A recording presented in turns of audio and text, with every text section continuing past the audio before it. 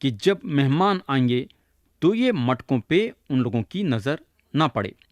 میں جہاں تک سمجھتا ہوں جب مسیح وہ مٹکوں کو باہر نکالنے کے لیے بول رہے تھے تو وہ گھر والے مسیح کے یہ بات سے شرمندہ ہو گئے تھے ہوں گے۔ آیت 8 سے 10 میں لکھا ہوا ہے، ذرا غور سے سنو۔ پھر اس نے ان سے کہا کہ اب نکال کر میر مجلس کے پاس لے جاؤ۔ پس وہ لے گئے۔ تب میر مجلس نے وہ پانی چکھا جو مئی بن گیا تھا، اور نہ جانتا تھا کہ یہ کہاں سے آئی ہے، مگر خادم جنہوں نے پانی نکالا تھا جانتے تھے۔ تو میر مجلس نے دلہا کو بلا کر اس سے کہا، ہر شخص پہلے اچھی مئی پیش کرتا ہے، اور ناخس اس وقت جب پی کر چک گئے، مگر تو نے اچھی مئی اب تک رکھ چھوڑی ہے۔ میرے دوست، یہاں ایک زبردست بات ہوئی ہے۔ مسیح خالی مٹکوں کو لیے اور وہ مٹکوں کو پانی سے بھر دیے، اور جیسا خادمہ مٹکے میں سے پانی نکال رہے تھے وہ پانی مئی میں بدل گیا۔ یہاں آپ کے لیے اور میرے لیے ایک روحانی بات سیکھنے کو ملتی ہے۔ آج یسوع مسیح آپ کو اور میرے کو ایک خالی مٹکے کی حیثیت سے استعمال کرتے ہیں۔ ہم وہ مٹکے ہیں جو غلیظ اور تڑکے ہوئے ہیں، ہم دیکھنے میں اچھے نہیں ہیں، اور ہم کو بازو رکھ کے ہم پہ کپڑا اڑا دیا گیا ہے تاکہ آنے جانے والوں کی نظر ہم پہ نہ پڑے، مگر مسیح ہمارا استعمال کرنا چاہتے ہیں۔ انہوں ہم کو پانی سے بھر دینا چاہتے ہیں۔ اب سوال یہ پیدا ہوتا ہے کہ وہ پانی کیا ہے؟ وہ پانی خدا کا کلام ہے۔ مسیح ہم کو پانی سے بھر دینا چاہتے ہیں جو خدا کا کلام ہے۔ اس کے بعد انہوں ہم کو باہر نکالنا چاہتے ہیں۔ اب میرے کو یہ نہیں معلوم ہے کہ یہ بات کو میں کیسا سمجھاؤں، مگر میرے دوست، جب پانی مٹکوں کے باہر نکل کے وہ لوگوں کے پاس جائیں گا جن کے پاس جانا ہے، وہ پانی مئی میں بدل جائیں گی۔ یہ مئی خوشی کی مئی بن جائیں گی، اور یہ کام خدا کے پاک روح کا رہے گا۔ افسیوں کے خط میں لکھا ہوا ہے، شراب میں مت والے نہ بنو، کیونکہ اس سے بدچلنی واقعی ہوتی ہے، بلکہ روح سے معمور ہوتے جاؤ۔ پیارے بھائی بہن، روح القدس وہ پانی کو لیتا ہے اور ایک معجزہ کرتا ہے۔ کس کے زندگی میں؟ ہر ایک کے دل میں، جس کے پاس یہ مئی پہنچی ہے۔ اب میرے کو تو نہیں معلوم ہے کہ میں آپ لوگوں کو کیسا اس بارے میں سمجھا سکتا، مگر اکثر میں یہ بات دیکھا ہوں کہ لوگوں کے زندگی میں خدا کے روح کے ذریعے سے تبدیلی آتی ہے۔ میرے دوست، یہ ایک بڑیا پیغام ہے جو آپ کے لیے اور میرے لیے یہاں کلام میں بتایا گیا ہے۔ مسیح ہم کو خدا کے کلام سے بھر دینا چاہتے ہیں اور پھر باہر نکالنا چاہتے ہیں تاکہ ہم مزیدار مئی بن گئے ویسا۔ آیت 12 میں لکھا ہوا ہے، اس کے بعد وہ اور اس کی ماں اور بھائی اور اس کے شاگرد کفرنہم کو گئے اور وہاں چند روز رہے۔ یہ شاید اس وقت کے بارے میں ہے، یعنی کہ اس وقت کے بارے میں بتا رہا ہے جب مسیح کے گھر والے ان کو قبول نہیں کریں گے۔ جب مسیح عبادت خانے کو گئے اور یسیہ نبی کی کتاب میں سے پڑھے تو لوگاں ان کے بارے میں بولنے کو لگے کہ کیا یہ یوسف کا بیٹا نہیں ہے؟ ان لوگاں شاید اس وقت ان کو ہلاک کر دے سکتے تھے، تو انہوں اپنے اڈے کو چلے گئے، اور ان کا اڈا تھا کفرنہم۔ اور میں آپ کو اتنا بتا سکتا کہ یہ ہمیشہ ان کا اڈا تھا۔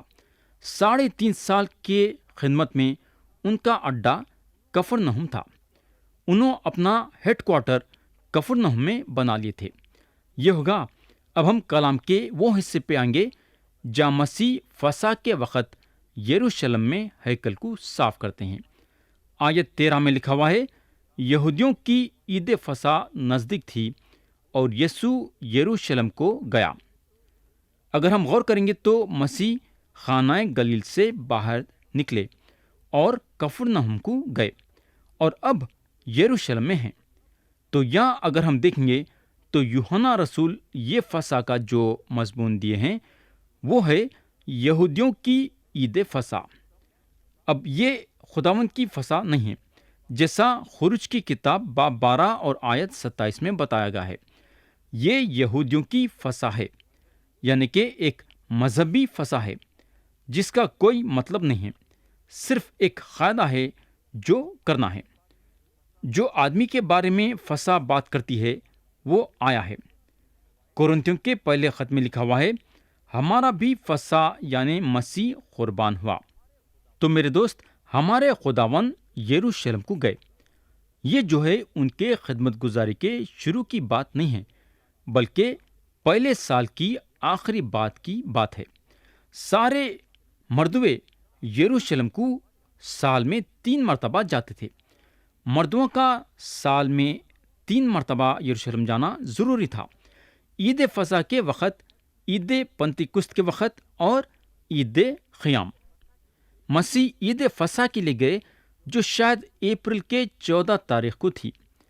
اب ہم دیکھتے ہیں کہ انہوں ہیکل کو صاف کرتے ہیں۔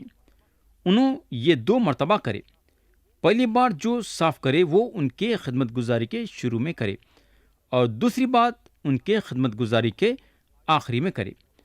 آیت 14 میں لکھا ہوا ہے، اس نے ہیکل میں بیل اور بھیڑ اور کبوتر کے بیچنے والوں کو اور صرافوں کو بیٹھے ہوئے پایا۔ تو یہاں لوگ جو ہیں جانوروں کو بیچ رہے تھے، کبوتروں کو بیچ رہے تھے اور پیسوں کی لین دین کر رہے تھے۔ یہ ایک دلچسپی کی بات تھی کہ ان لوگ کون سے بھی قسم کا پیسہ نہیں لیتے تھے، بلکہ صرف ہیکل کا پیسہ۔ کوئی دوسرا قسم کا پیسہ نہ استعمال ہوتا تھا، نہ نذرانے کے لیے چڑھایا جاتا تھا۔ تو یہ چیز کی دین لین کے لیے ایک جگہ مقرر ہو گئی تھی، اور ان لوگ اچھا نفع کما لیتے تھے یہ لین دین کے ذریعے سے۔ مگر اب سوال یہ پیدا ہوتا ہے کہ ان لوگ جو ہیں ایسے قسم کا طریقہ کئی کو بنا کے رکھے تھے۔ آخر ایسا ان لوگ کئی کو کرے؟ ایسا ان لوگ اس لیے کرے، کئی کو بولے تو ان لوگ مذہب کو آسان طریقے سے بنا رہے تھے۔ ان لوگ رومی سرکار کا پیسہ لیتے تھے جس میں قیصر کی تصویر اتری ہوئی تھی، اور اس کے بدلے میں یہودیوں کا پیسہ دیتے تھے جو ہیکل میں استعمال ہو سکتا تھا۔ یہ لوگ وہاں بیٹھے رہتے تھے تاکہ جو عبادت کرنے کو ہیکل آتا تھا اس کے لیے آرامی پہنچائے۔ تو پیارے بھائی بہن، یہ لوگ مذہب کچھ آسان طریقے سے نہیں بنا دیے تھے، بلکہ مذہب کو آسان طریقے سے بنانے کے ساتھ ساتھ مذہب کو سستا بنا دیے تھے۔ پیارے بھائی بہن، میں سمجھتا ہوں کہ ہم کلیسیا میں پیسوں کے بارے میں زیادہ زور دینا نہیں چاہیے اور بھیک بھی مانگنا نہیں چاہیے، مگر یہاں میں آپ لوگوں کو ایک بات بولنا چاہوں گا جو کہ ہمارے صبر سے باہر ہے۔ تھوڑے لوگ کلیسیا کو اور مسیح کے کام کو اتنا سستا بنا دیتے ہیں کہ ہمارے لیے یہ ضروری ہو جاتا ہے کہ ہم لوگوں کو اس معاملے میں خبردار کرنا ضروری ہے۔ تو یہاں اگر ہم کلام میں دیکھیں گے تو لوگ ہیکل میں جانوراں بھی بیچ رہے تھے۔ تو یہ دھندوں کے وجہ سے ہیکل میں کافی بھیڑ جمع ہو جاتی تھی، اور لوگوں کا اندر اور باہر آنا جانا چلا رہتا تھا۔ جو جانور ہیکل میں بیچے جاتے تھے وہ جانوروں کا پلنا اور دیکھ ریکھ کرنا لوگوں کے لیے ایک بہت بڑا کام تھا، اور کافی پیسہ بھی خرچہ ہوتا تھا وہ جانوروں کی پرورش کرنے کے لیے اور ان کی دیکھ ریکھ کرنے کے لیے۔ اور کسی کو نہ تو کسی کو یہ جانوروں کی دیکھ ریکھ کرنے کے لیے بلایا جاتا تھا اور اسے پیسہ دیا جاتا تھا۔ تو آپ سوچ سکتے کہ کتنی افسوس کی بات تھی کہ خدا کے ہیکل کو چوروں کا اڈا بنا کے رکھ لیے تھے۔ آیت 15 سے 17 میں لکھا ہوا ہے، اور رسیوں کا کوڑا بنا کر سب کو یعنی بھیڑوں اور بیلوں کو ہیکل سے نکال دیا، اور صرافوں کے پیسے بکھیر دیے اور تختے الٹ دیے، اور کبوتر فرشوں سے کہا ان کو یہاں سے لے جاؤ، میرے باپ کے گھر کو تجارت کا گھر نہ بناؤ، اس کے شاگردوں کو یاد آیا کہ لکھا ہے، تیرے گھر کی غیرت مجھے کھا جائے گی۔ میرے بھائی، میں یہاں آپ کو یہ بتانا چاہوں گا کہ مسیح بہت ہی سخت ہے، یہ شک کی بات نہیں ہے۔ آج کل جو لوگ مسیح کی تصویر اپنے ہاتھوں سے اتارتے ہیں، میرے کو بالکل پسند نہیں ہے۔ اتارنے والا یہ تو سوچنا چاہیے کہ آخر مسیح کون ہے۔ یا اگر ہم دیکھیں گے تو مسیح کے شاگرد وہ آیت کو یاد کرے جو زبور کی کتاب باب 69 اور اس کی آیت 9 میں لکھا ہوا ہے۔ یہ جو زبور ہے 17 مرتبہ نیا عہد نامہ میں دیا گیا ہے، اور جو 6 زبور نیا عہد نامہ میں دیے گئے ہیں اس میں کا ایک زبور یہ ہے۔ نیا عہد نامہ میں جو زبوروں کا استعمال ہوا ہے وہ ہے زبور 2، زبور 22، زبور 79، زبور 110 اور زبور 118۔ آیت 18 اور 19 میں لکھا ہوا ہے، پس یہودیوں نے جواب میں اس سے کہا، تو جو ان کاموں کو کرتا ہے ہمیں کون سا نشان دکھاتا ہے؟ یسوع نے جواب میں ان سے کہا کہ اس مقدس کو ڈھا دو تو میں 3 دن میں کھڑا کر دوں گا۔ تو یہاں یہودیاں مسیح سے نشان چاہ رہے تھے اور مسیح ان لوگوں کو نشان دیے۔ یہاں مسیح اپنے جسم کے بارے میں بات کر رہے تھے۔ آیت 20 میں لکھا ہوا ہے، پس جب وہ مردوں میں سے جی اٹھا تو اس کے شاگردوں کو یاد آیا کہ اس نے یہ کہا تھا، اور انہوں نے کتاب مقدس اور اس قول کا جو یسوع نے کہا تھا یقین کیا۔ تو میرے بھائی، اس وقت پہ جو یہ ہیکل تھا وہ ہیرودس کا ہیکل تھا۔ یہ ہیکل کی مرمت ہو رہی تھی اور یہ گئے 46 برس سے بن رہا تھا۔ یہاں جو ہے یہودیاں مسیح سے یہ پوچھنا چاہ رہے تھے کہ کیا واقعی میں انہوں یہ ہیکل کو گرا دیں گے، مگر ہم کو معلوم ہونا چاہیے کہ مسیح ان کے خود کے جسم کے بارے میں بات کر رہے تھے جو مقدس تھا۔ آیت 21 میں لکھا ہوا ہے، مگر اس نے اپنے بدن کے مقدس کی بابت کہا تھا۔ پیارے بھائی بہن، مسیح بولنے کو لگے کہ اگر ان لوگاں یہ ہیکل کو گرا دیں گے تو انہوں اس ہیکل کو کھڑا دیں گے۔ یہ بات مسیح کے مردوں میں سے جی اٹھنے کی طرف اشارہ کرتی ہے، اور یہ ان پہ ایمان رکھنے والوں کے بھی مردوں میں سے جی اٹھنے کے بارے میں اشارہ کرتی ہے۔ تو مسیح جب اپنے بدن کے بارے میں بات کر رہے تھے تو انہوں اپنے مردوں میں سے جی اٹھنے کے بارے میں بات کر رہے تھے، مگر ان کے شاگرداں یہ بات کو نہیں سمجھ سکے۔ جب مسیح مردوں میں سے جی اٹھے تو ان کے شاگردوں کو اس وقت یاد آیا، اور مسیح کی یہ بات ان کے کلام کے مطابق تھی۔ آیت 22 میں لکھا ہوا ہے، پس جب وہ مردوں میں سے جی اٹھا تو اس کے شاگردوں کو یاد آیا کہ اس نے یہ کہا تھا، اور انہوں نے کتاب مقدس اور اس قول کا جو یسوع نے کہا تھا یقین کیا۔ اب ہم آیت 23 پڑھیں گے۔ جب وہ یروشلم میں فسح کے وقت عید میں تھا تو بہت سے لوگ ان معجزوں کو دیکھ کر جو وہ دکھاتا تھا اس کے نام پر ایمان لائے۔ تو یہاں کلام بتاتا ہے کہ بہت سارے لوگاں مسیح پہ ایمان لائے، مگر کیسا؟ وہ معجزوں کو دیکھ کے جو مسیح ان لوگوں کو دکھاتے تھے۔ مگر ہم کو معلوم ہونا چاہیے کہ یہ بات ایک زبردست بات نہیں تھی۔ کئی کو بولے تو ان کا ایمان نجات کا ایمان نہیں تھا۔ ان لوگاں صرف اپنا سر ہلا رہے تھے جب مسیح ان لوگوں کے سامنے معجزے کرے۔ بولنے کا مطلب یہ ہے کہ ان کا ایمان دل سے نہیں تھا بلکہ اوپری منہ سے تھا۔ ان لوگاں مسیح کے بارے میں یہ سوچے کہ مسیح معجزے کر رہے ہیں تو ہم ایمان لانا، مگر ان کو یہ بات کا پتہ نہیں تھا کہ یسوع مسیح دنیا کے منجی ہیں اور انہوں یہ دنیا میں آئے تاکہ ان کے ذریعے سے لوگوں کے گناہ معاف ہوئے اور وہ ہمیشہ کی زندگی حاصل کرے۔ یہ بات کی خبر ان لوگوں کو نہیں تھی۔ یہ صرف اوپری منہ سے اور اپنے اوپری خیال سے یسوع مسیح پہ ایمان لائے تھے۔ تو پیارے بھائی اور بہن، یا ہم کلام کو ختم کریں گے اور آتے سو وقت ہم آیت 24 اور 25 پہ غور کریں گے۔ اس کے بعد باب 3 بھی اٹھائیں گے۔